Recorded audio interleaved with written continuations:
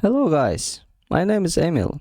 I'm a Tensorflow certified developer and I learned data science by studying on my own, and I believe you can too.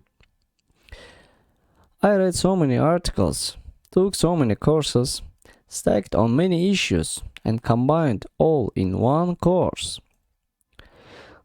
The purpose of the course is to explain AI like we are little children. In this course, you will learn deep learning and neural networks.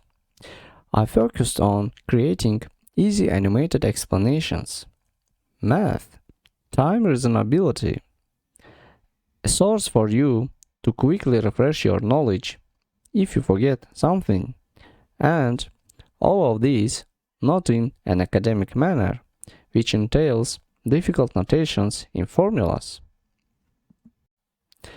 If you want to understand deep learning and neural networks in depth from scratch, but not in an academic manner, I'll help you.